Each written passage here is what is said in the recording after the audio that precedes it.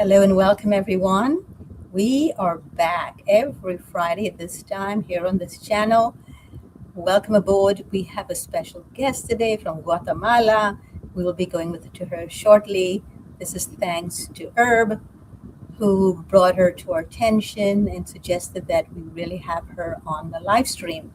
So bear with us if she was actually outdoors in Guatemala in the most incredible scenery. But we brought her indoors because of the echoes and because of the issues with audio. So unfortunately, you won't be able to see the lushness and the beauty of Guatemala today, but you'll see the lushness and the beauty of Lou. So Lou, please introduce yourself to the audience and unmute yourself. Thank you so much for the invitation. I'm so happy to be here. My name is Lucia, but people call me Lou. I prefer Lou. And I've been on this path for almost 8 years. And the reason why I got started is because I was sick. So, but I had a very good example. My mom had been raw vegan for a long time before me.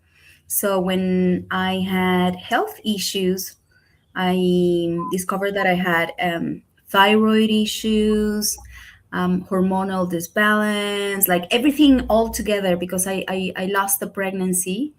And that's when I started to do some checkups and things. And then I realized, oh my God, how did this happen? And it was just overwhelming at the moment. It was a very difficult time in my life, but I'm very grateful because if it hadn't been for that to reach that low point in my life, I wouldn't have waken up to the reality because I didn't like doctors or doing checkups or anything, but I also didn't like the healthy lifestyle. I was like, no, that's not for me. That's my mom and that's her thing.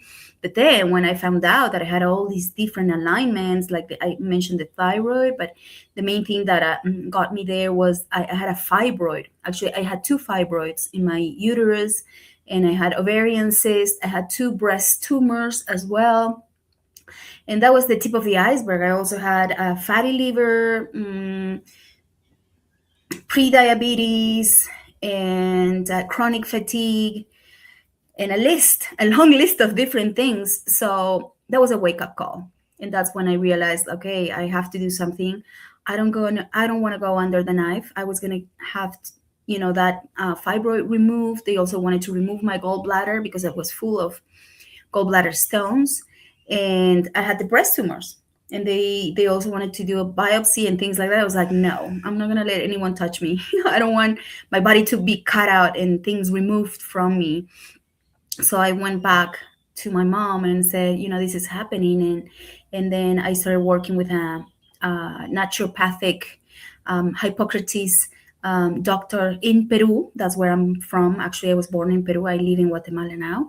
And that's how my health journey got started. And then after a few months of going raw and feeling amazing and also going through healing crisis, I was like, I need someone to support me, to guide me. And that's when I found Dr. Robert Morse, one of his detox specialist practitioners, and started working with him, with Tad. He's a good friend now, and that's how the whole journey got started. And my life changed around so much. I don't even look the same. Like I'm a whole different person. Yes, and weren't you also experiencing severe depression as well and anxiety? Yep, the emotional side. Oh wow, Could you that speak was more deep. about That that? was Could you speak more about that, please, and explain to us how it manifested itself and what that did to your own sense of self? yeah. So these two things that I'm going to talk about are actually related. Everything's related to the physical symptoms that I had. So depression, the depression that I had also to do with many situations that I was going through in my life, but it also has to do with the thyroid and the parathyroid. Because it was weak, I was prone to that. And also the anxiety that I was feeling is because my adrenals were low and my nervous system was basically in shock. I suffered violence as a kid. I lived in a violent home, and a lot of things happened for me growing up. So I thought, move on with life. That's in the past. But my nervous system and my adrenals were very low. That's why I had chronic fatigue. But at the same time, I had this extreme anxiety. So much so that I remember not being able to walk out in the street, not being able to take public transportation. And just, I couldn't be at certain places because it was too intense. And at that moment, I thought it was just anxiety. But on top of that, on top of anxiety, I'm also a highly sensitive person. Later on, brought me to my path as a healer, empath, because I can read, but it wasn't it wasn't pleasant at the moment when I was experiencing this extreme anxiety, and also I had panic attacks sometimes, which is this sensation of, oh my god, I'm gonna die, what's going on? And then the depression that I was going through is because I was living a life that wasn't really me. I thought I wanted this, you know. I'm not from America, so it wasn't the American dream, but it was my dream of being successful, of having money and a career. I was a career woman. I was a talent acquisition manager for Latin America. I was relocated. I was an expat, relocated from Argentina to Mexico. So I thought, okay, this is what success looks like. And I was working 12, 14 hours, and something didn't feel right. I was in a toxic, violent relationship, repeating the same patterns that I had run away from.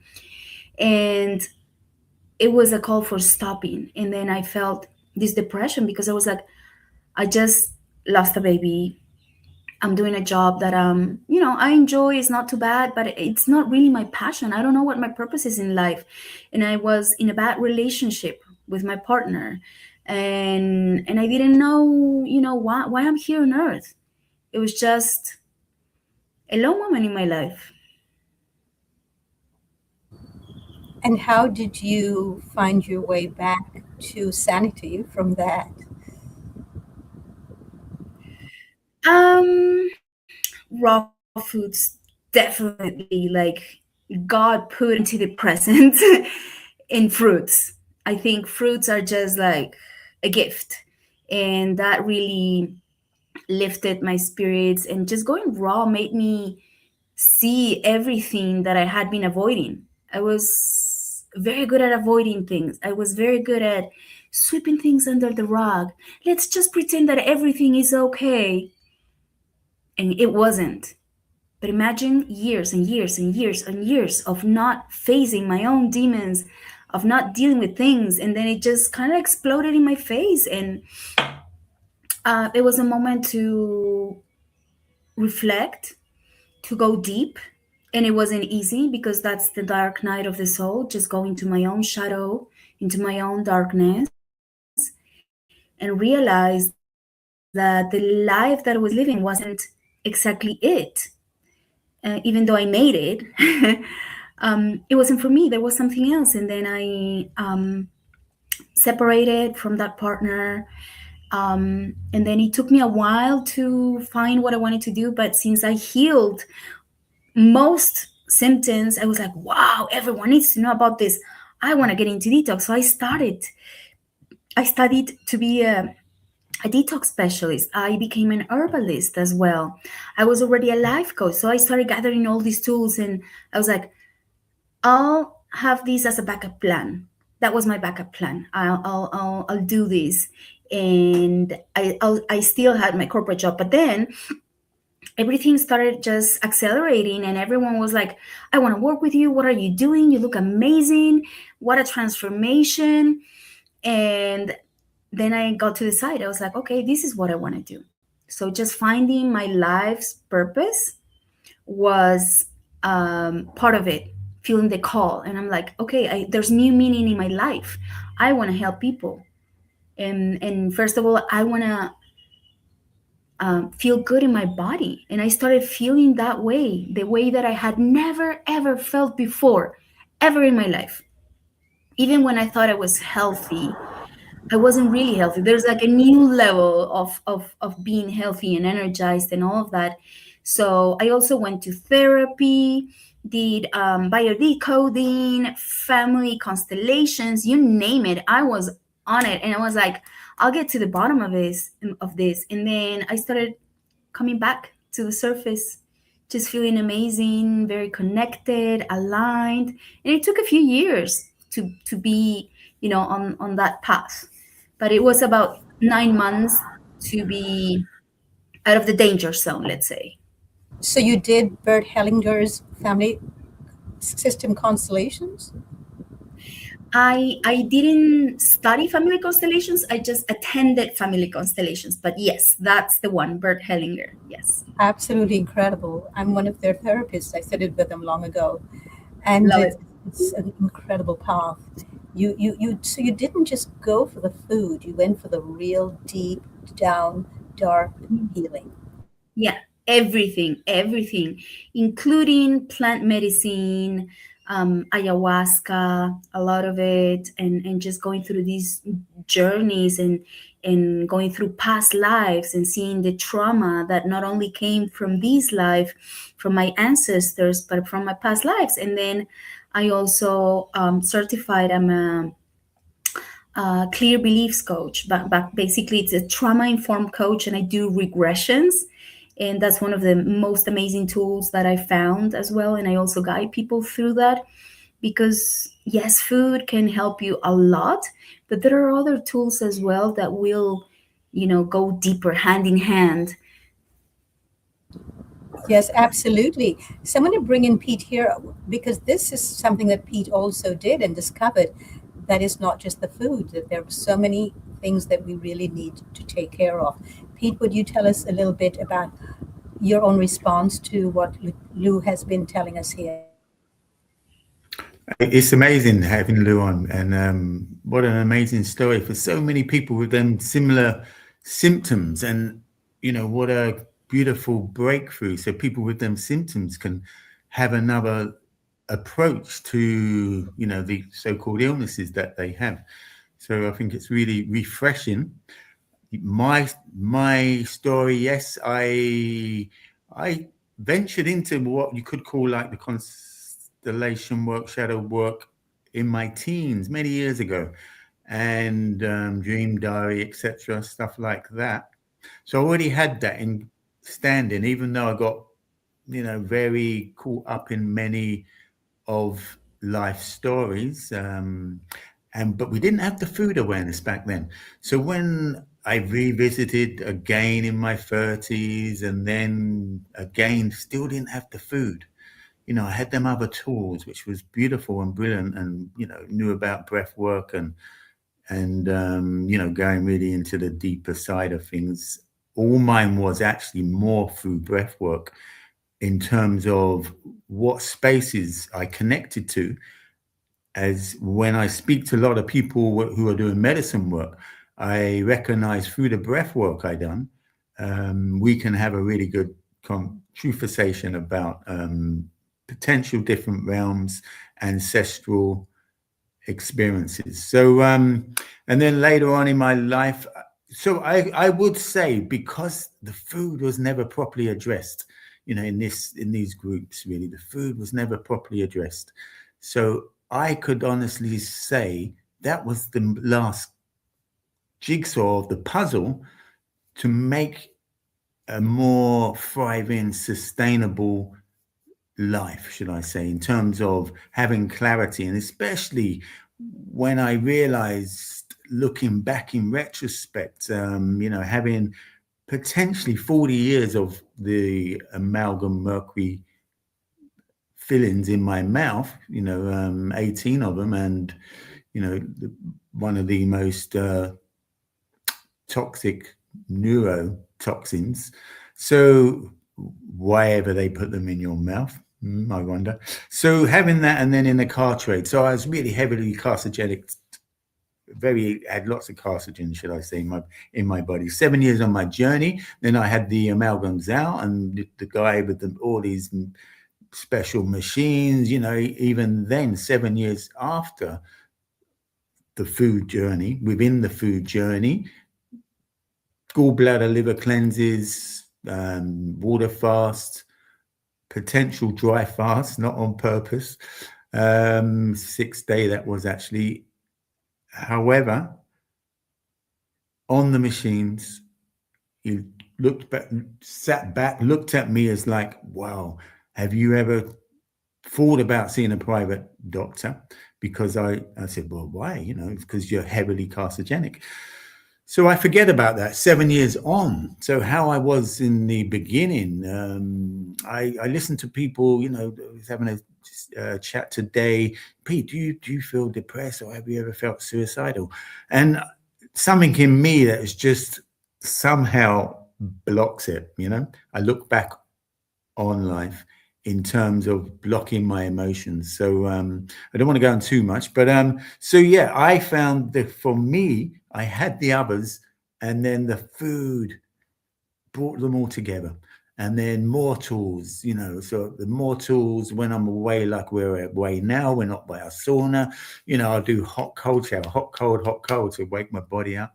And you do more of the Jinshin Jitsu, and so it's beautiful, yeah, working with before food, high 22s, which is great to open the gates, reset your nervous system, and then after food, it's called high ones, top thighs, inner thighs, and that helps the body to digest. So it's really good getting back to that, because that was a beautiful another tool.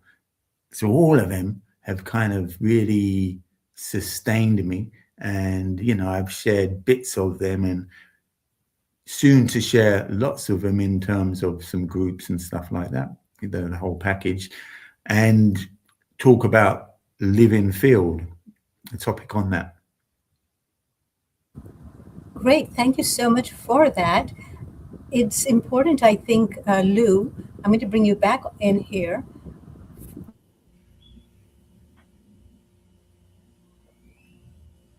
Yeah.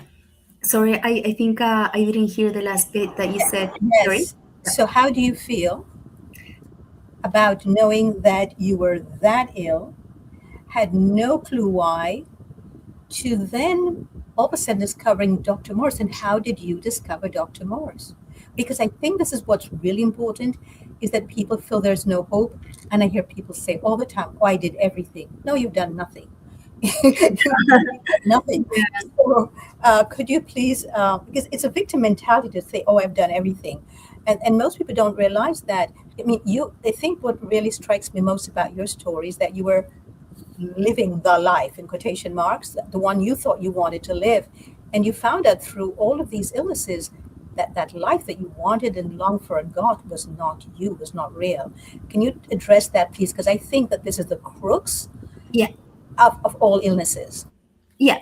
So I wasn't in alignment. I didn't know what I wanted. I always felt lost in my life. I was like, I don't know what I want to do. I kind of just ended up working in this call center, and then I was promoted. I was always very, very good, like high achiever in everything that I did. And then I was promoted, and then I was recruited to another company to become a recruiter, and then become a headhunter.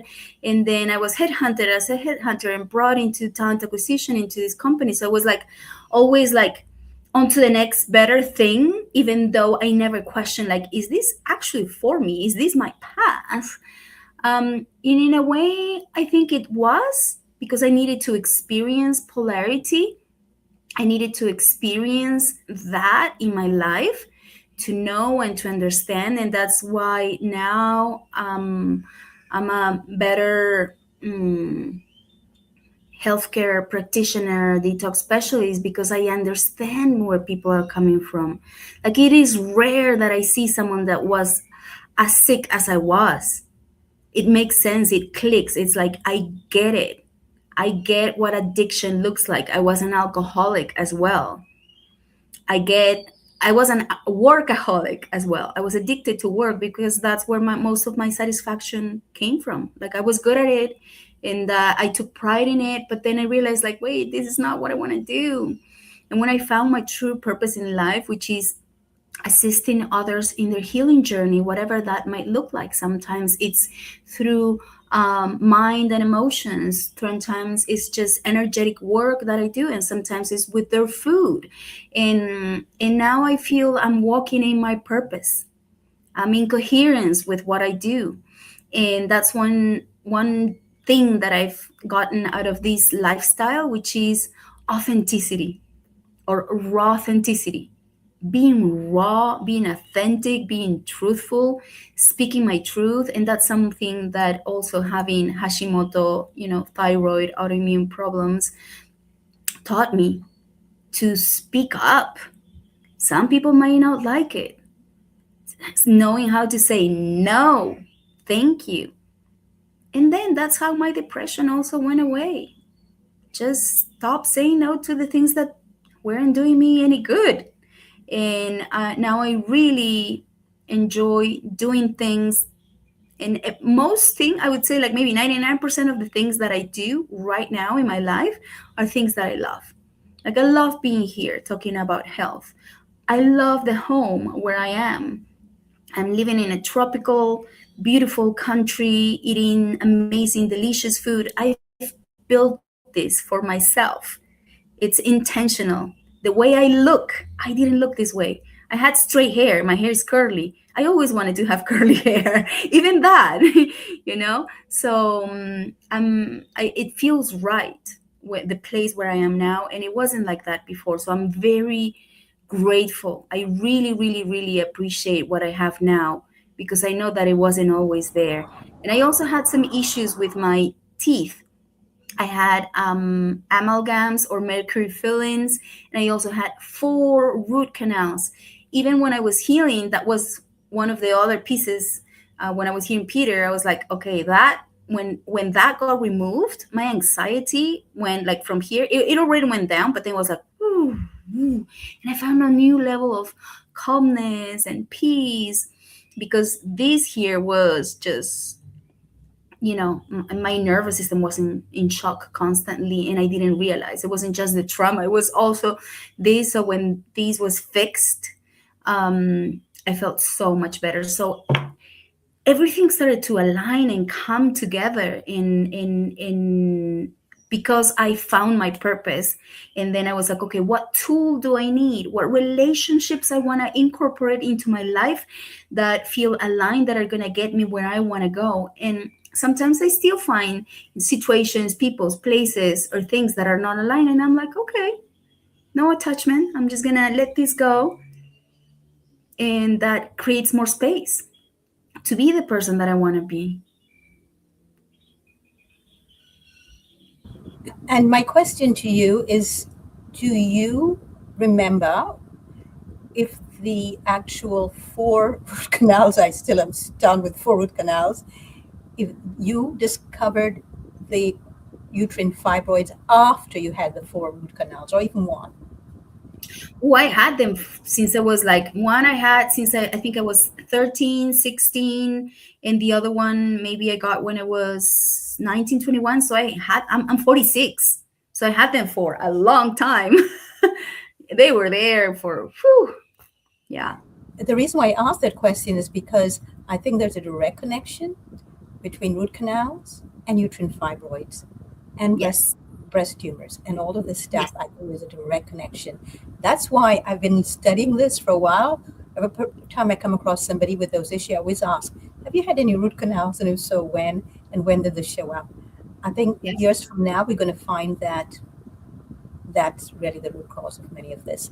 There's so much that we do, we take for granted, and we don't realize what the harm we're creating to ourselves. So, Herb, you're the reason for us to celebrate Lou today, bringing you on here. Lou, please mute yourself.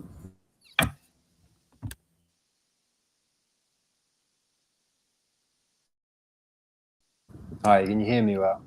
Yes, absolutely, Herb. Thank you for bringing on Lou. Cool. Yeah, Yeah, it's amazing. I'm so pleased that Lou is able to come on this show and share her story. You can feel the fire that she has. That's what I'm drawn to and really appreciate about Lou. She's a beautiful lady inside and out. And to me, she's an inspiration. She inspires me to like want to be active and have that drive and that fire, that passion. She's a real driving force behind the Facebook group that we're involved with together. So she's truly amazing with that. And I'm glad that you're all here to hear her story. It's amazing where she's come from and how she's turned that to empower herself and to empower everyone else as well. Well, thank you for that. With that, I'm going to bring in Lisa. Lisa, I'm turning this over to you. And you're not unmuted. You need to unmute, please. Thanks, Lisa. Hello. I just want to thank Lou for just really pointing out that there's not just one thing that can heal us, and really looking at the whole spectrum and the journey that she took and being honest about, it's not an overnight thing. Because I think sometimes people, including myself, you try one thing and you think, whoa, this is it. And the reality is it's a multi-dimensional path. And so I want to thank her for being an inspiration to me personally, because I've struggled with many of the same things, hormone issues, depression, anxiety. And I love that she's found a path through it. That's helpful. So thank you. Thank you for that, Lisa. So I'm going to the person who personifies this a lot is Sabina. Bringing in Sabina now, doing multifaceted approaches. Hi, Sabina. You also need to unmute yourself. I know you tried. For some reason, when we try to unmute, it doesn't always work. Okay, I hope you can hear me now. Yes. Yes. Hello, Dorit. Hello, everyone else. Hello, Lou. Thank you for sharing your story. I missed the first part, but what I heard is very similar to my journey. I also came across raw foods when I was 19, which changed my life. And I also had lots of other issues. So I wanted to get to the bottom of it. And I realized there's no bottom. There's another layer. And this is just an ongoing journey, and I wouldn't even call it the healing journey, because I don't like this word healing, because healing always implies something is wrong. We have to fix it. I rather like the journey, returning to wholeness. So we're all on our journey of returning, actually becoming deeper of ourselves and returning to who we truly are and who we truly meant to be and what we meant to experience. And we all got programmed. I certainly got heavily programmed. I worked in the fashion industry and in the film industry. My plan was to be in Hollywood.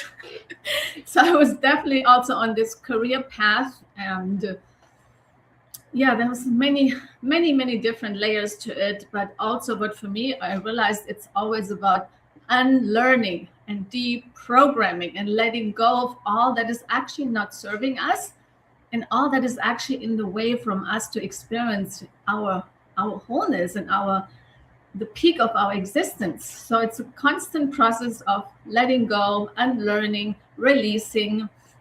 And this is like an ongoing journey, but it's a really beautiful journey, a very rewarding journey, because at the end we all come closer into our heart, and the closer we are the deeper we are in our heart, the deeper we can then connect to others. So it always goes back to the relationship to self, which then reflects out with others. And what I found really on my healing journey, the two powerful tools that I found had the most impact on my healing path was fasting and stillness. So the combination of the two of them, that's why I had a huge opening when I did a 10-day water fast in combination with silent retreat, like just being with myself.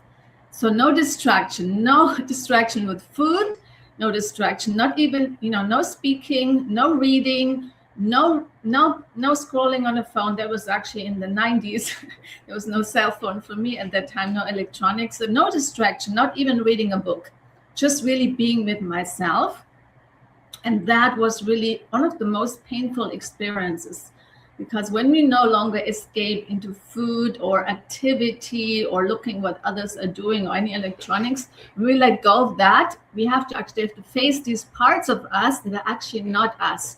And they come up, they come to the surface, and that can be extremely painful. So I went through 5 days of just facing my own pain and my demons, and so much came up, and it was really difficult. But then when I moved through that, by day 6, I suddenly found like a joy I didn't even know I had, like childlike joy, just feeling happy for no reason.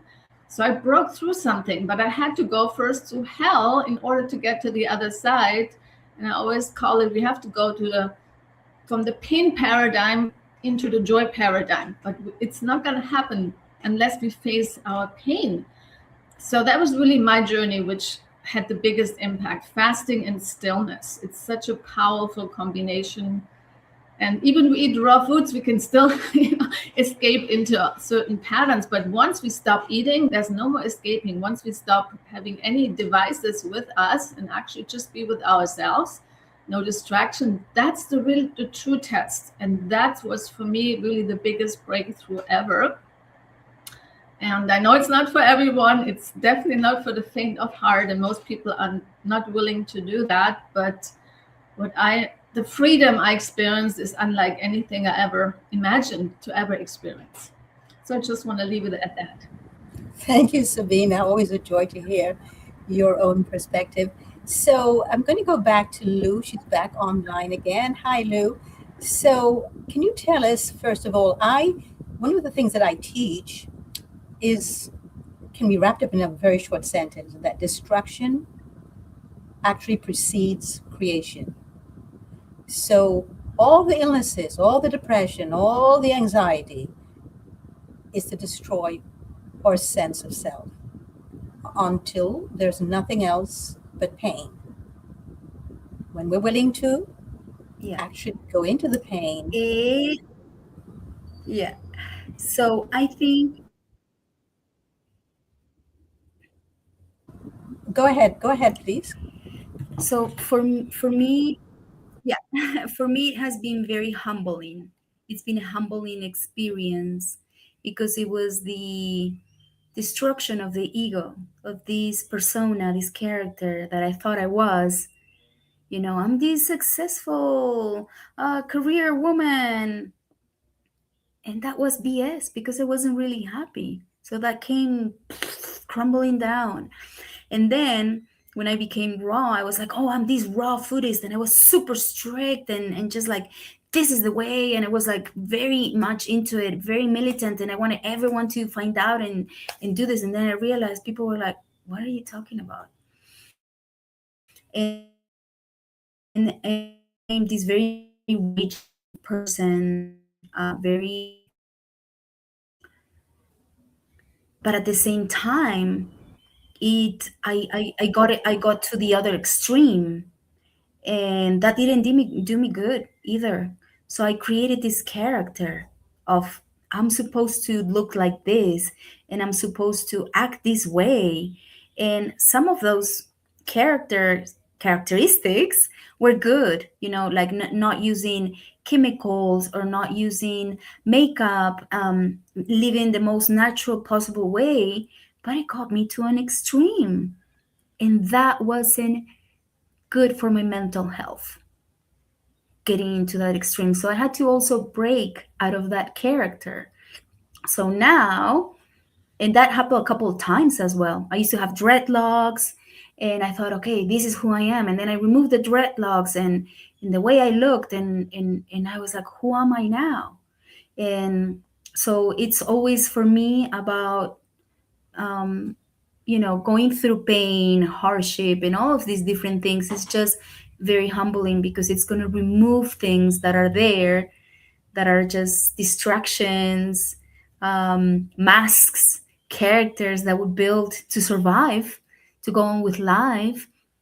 But once they have fulfilled their role, the time is up, and then it's like peeling the layers, and then there's this new person, and now the person that you are seeing right now is another character. Otherwise, I would be lying if I didn't say that this is a character. It feels real to me, but it is a character. I'm a woman in this lifetime. In other lifetimes, I wasn't a woman, I was something else, you know? And, but I'm there's intention behind this character that I'm creating now that is me. And it feels a lot more aligned. So whenever I'm going through changes and just realizing I don't no longer want to do something, it becomes a little easier and easier every time to peel away the attachment, the ego. And as and this other lady was saying, sorry, I forgot the name. I really resonated with that. Fasting is just the best thing there is to peel away what is unreal, and to be, in that truth that we let come up to the surface. So I love fasting, and I've done a lot of it. And I'm actually going into the moon dance at the end of February, which is basically praying, dancing and praying and fasting. No food, no water for 4 days. 50 women doing this, working with the elements. So I'm very much looking forward to that and seeing what else is going to be revealed. And that's life. That's where we find life, is allowing things to be revealed rather than forcing it, expecting outcomes. I really don't like when people wish me happy this, happy Monday, happy Friday. It's like, what if I want to have a miserable Friday? What if I want to be miserable today? Why are you forcing me to feel one way all the time, as if only one way is valid? Lisa, do you remember coming with me on one of the retreats that I would lead up in Northern California? What did you get from that? What was your experience there, and how does this attune yourself and align yourself with what Lou is saying today? It was my first experience of being immersed in silence and eating intentionally with raw food, and in a group setting. And I found it was during a time in my life where my father was going through a transitory phase before he passed away. So there was a lot going on with me during that time, and it was a really powerful way to strip away everything that I was clinging to and connect with myself. And it wasn't easy. I mean, there was stuff that came up, stuff that I had to look at, stuff that I had been literally stuffing away. And I found it to be extremely beautiful. And I'm forever grateful, Dorit, because you're the person that guided me there. And you're such a great facilitator, because it's a very interesting thing. Even in silence, everybody's stuff comes up and you can feel, and as an empath, I can feel it. So I just love the way you orchestrated it, and really your presence was just a great anchor for the experience that we had. And it was so beautiful there. I mean, I remember there was white deer there. And my friend that I brought, who had never had anything remotely like this in her life, was literally afraid of the deer. And I couldn't talk to her, but I just had to just simply be there as she, to help her calm herself down and connect with the experience. So it was a magical and also deeply transformative experience. I strongly suggest that people do these retreats, and Lisa's going to be assisting me at some point with recreating them again. We haven't done them since the 2020 lockdown. And Pete, you have festivals and you've got events and things that people can actually attend. to assist in actually getting to the place where Lou is right now, which is the sense of awareness of self. Yes, we've been in Morocco for a while, a few different projects, and you could say working with a client, so to speak, and actually a couple of CAFs. You know, another mission is to get some raw dishes on their menu, so we can put it out globally. So if people come into Morocco, there's these certain CAFs that will have some raw dishes, so that's quite exciting as well. But the event, we had some spaces literally a week today and potentially the following weekend.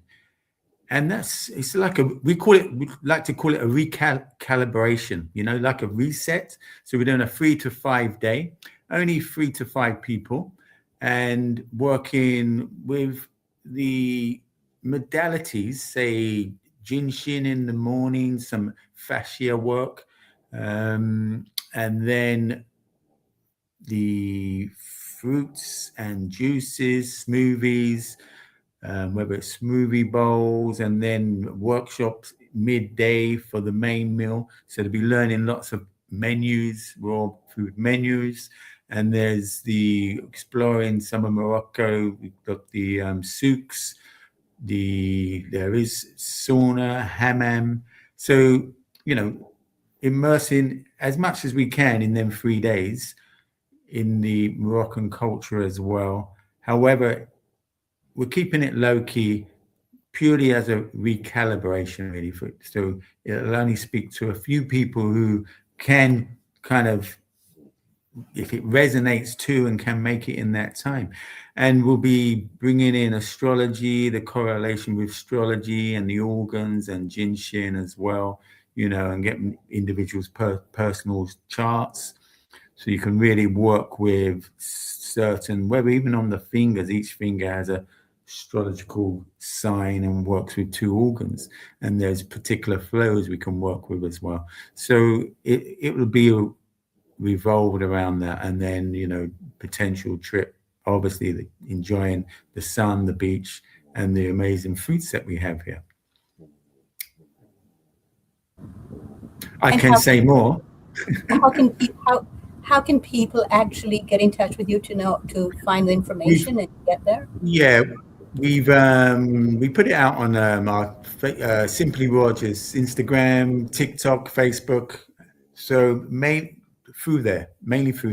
I would just like to say what you both touched on in terms of the amalgams. I would say 100% as well. I'm just drifting a little bit. You know, the compromise on the body, and then all these named illnesses can happen. So that was a major part of me. And when Lou mentioned about when she had some of them out, it just felt like, what's this calm? So I never knew it until I had them out. So it was, like Lou said, this constant erraticness going in my mouth. Even when I put the phone to my head, I'd get piercing pains. So I just wanted to mention that topic as well. So they can get in touch with me, Simply Rogers. Yes, just DM us. I think we DM us Morocco if you're interested, and we can have a personal small chat about what will actually be happening. Thank you. So, Herb, when you were not with us when we did the actual session on oral health with Phil and Pete, have you had dental issues too? And have you been subjected to these poisons put in your mouth? And if so, what was the difference for you? Yeah, from a very young age, I had dental issues from probably, like, I think I had my first filling when I was like 7 years old, 8 years old. It's quite atrocious. There's a bit of history with my teeth, and to be honest, I'm amazed that I still have teeth to this day. It surprises me what they've been subjected to, so much abuse, so much neglect. I even had like dentists like practicing on my teeth. That's what I've been told, like they get paid extra, like bonuses to work and make things worse on your teeth. So I've had many fillings growing up as a kid. in my teens as well. Yeah, most of it is my fault as well, not taking good care of my teeth. Like, my diet was atrocious. It's living on like processed food, no healthy food whatsoever, drinking liters and liters of like fizzy drinks, sodas. I can't believe that was the person I was before. And I was riddled with amalgams as well. I had lots of amalgam fillings. I even had a root canal as well in my early 20s. Must have been about 21 at the time. And I had the amalgams removed. I didn't notice anything immediate, to be honest. But once I become privy to certain information about amalgams and root canals, that brought on a lot of fear. And I was living in the more state of fear, and like, oh, I need to do this, I need to do that. But the transformation I felt, the weight, the burden that come off me, that allowed me to blossom in life, was literally coming onto the fruit, living on fruit. Yeah, that made more of a difference. So I can't say that I saw any significant difference by having the amalgams taken out. Maybe I wasn't that sensitive and aware at the time, but yeah, that's my situation on teeth. And yeah, just be very mindful and careful. You know, my dental hygiene is on point. I don't know anyone that is as far as me. I floss every single day, tongue scrape, brush 2-3 times a day with a soft brush, very consciously, drinking lots of water. Yeah, try to don't eat unripe fruits. I've made mistakes going fruitarian, being dependent on supermarket fruit. That can have an effect on your teeth if the fruit isn't ripe. So yeah, those are the mistakes that I've learned from, and to share with others. Be mindful, make sure you eat good fruit that's sweet and ripe. Thank you so much for that. It's interesting because what you just said, most people say, oh, of course you're going to have all these dental problems, all the fruit that you eat. But in truth, that is not true. But the question is, what is the problem with the fruit in the market? Most of it actually has been steamed, so it's not raw anymore. So what Herb just said, make sure it's raw, is critically important to make sure that it's not genetically modified. There's nothing on the skin.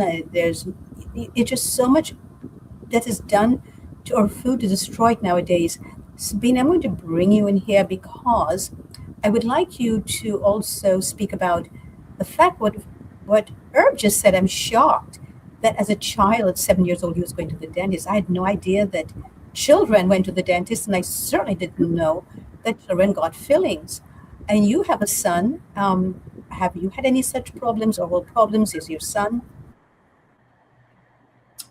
Yeah, so I totally relate to Herb's story. Herb's story. I had actually the same story, Herb. I was at the dentist every 6 months because it was actually our neighbor and my dad's client. So my sister and I had to always go, and they always, every single time, they found something to drill on us. So by the time I was a teenager, my whole mouth was full of mercury and root canals and implant. I mean, my teeth got ruined by this dentist. I realized that later. So it took me, I have not been to a dentist in probably, I would say, 10 years. And I did take some of the mercuries out. And then I realized it actually requires a certain procedure. You can't just take them out, because if you take them out, there's a lot of mercury release that then goes into your body. You can actually make it even worse. So I came to the conclusion, I want to get this done by a biodentist, someone who's really skilled and really, really well educated on that topic. So I still have about, I think, 5-6 mercury fillings, and I already been in a conversation with a biodentist in Miami, and I also have been looked at the dentist in Mexico. So this is something that's on my agenda, actually taking care of that. And also critical is to do a cleanse afterwards, going on a fast. And regarding my son, so I have never taken him to the dentist, to be honest. But his dad would suddenly, one day he would come home and he has the the braces in his mouth, and his dad never asked me for the permission. So he had 3 years of braces, which actually would have not been my choice, because I don't believe it's a good idea to have metal in the mouth, and then it can create all kinds of bacteria that could be forming on that, or leaving like stuck things in the braces. So I did not agree with that thing with the braces. But he has never really been to a dentist. So otherwise, he has never been drilled his teeth on, and surprisingly, he never had any issues. So that's why it made me also question, why we had to go to the dentist all the time. So I really believe it's a big money-making business, the dentist industry, and it's actually ruining the teeth. It's not really helping. So that's just my take on it. Great, thank you for that. I'm going to bring Lou back in.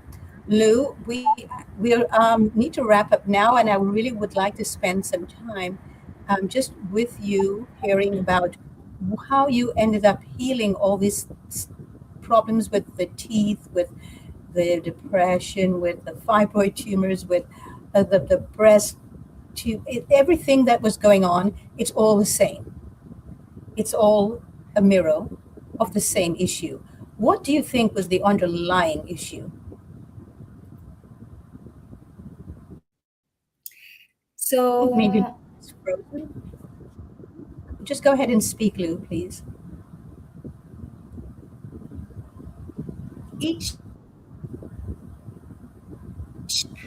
Yes. So each dental problem that We are having a problem with the. We're having a problem with the internet. So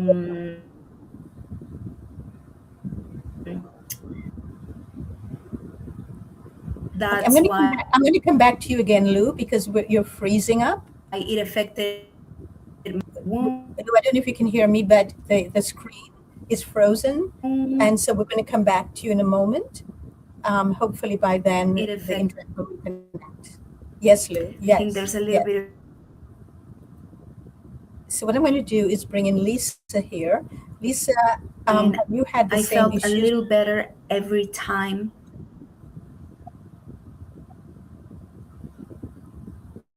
Lisa, have you had the same problem with dental issues? With Yes. dentists?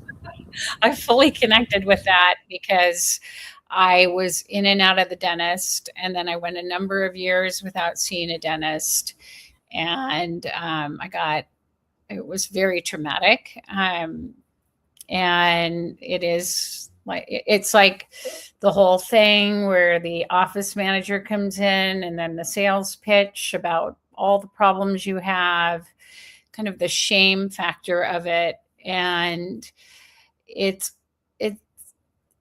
deeply sad that I believe, yes, we need to take care of our teeth, but from a wellness-based perspective, in Japan, they actually now have something that it can regrow a tooth, which to me is just amazing. And I was looking at a forum, and there was a woman talking about how when she was in Germany, they were talking about women that are in menopause and how it's recommended that they do collagen in their gums, and just those things. Like, I wish there was more of that here, but of course we have a sickness-based model that makes money off of people being sick, and it's frustrating. Yes, indeed. It is frustrating because it's become accepted, because we have said it's acceptable to us to be ill. We think illness is normal. Illness is actually the greatest gift we can if we use it as a gift to actually see what it's telling us, see what's the story there, and then learn from it. So Lou, I'm going to try to bring you back on again. I don't know. I think you're still frozen, actually. Can you? I'm going to bring you back on. Could you just let us know? Can you hear us at all? And if so, what would the takeaway you'd like people who are listening to this today to take away from your own life story thus far? So I don't think Lou, I see that vibrant smile, but I don't think the internet is allowing her to come through. If you can speak, go ahead, please, Lou. Okay, I think we're having internet problems. So I'm going to wrap up here, everyone, and I want to thank Lou for coming on today. Really, really, really liked having her on. Her story, yes. And I think her story, thanks Lisa for the applause, definitely. And I think her story is so needed. I think we need to really find time to listen to the people who have been there. It's back. Yeah, I think it's, go. I'll just. Yeah, but it came and then went again, Lou. So we just have to accept that it's coming, that the internet is like that. It's in and out. It's part of living. Yeah, it's there's a bit the of, way life is. So sometimes there's connection, sometimes there's lack of connection in life. And sometimes we connect with ourselves, and sometimes we connect with the internet, and sometimes we don't. So having said that, thank you so much, Lou, for being here with us. Herb, since you're the one who introduced us to her, is there any last thing you'd like to say to Lou before we go? Yeah, keep that fire blazing. Share that light and share that love. It's great. Thank you. Thank you so much for that. Thank you, Lou. It was a real pleasure. And to everyone watching, please share this. There's so many people who are in this exact circumstances who need to hear about Lou's story and learn to actually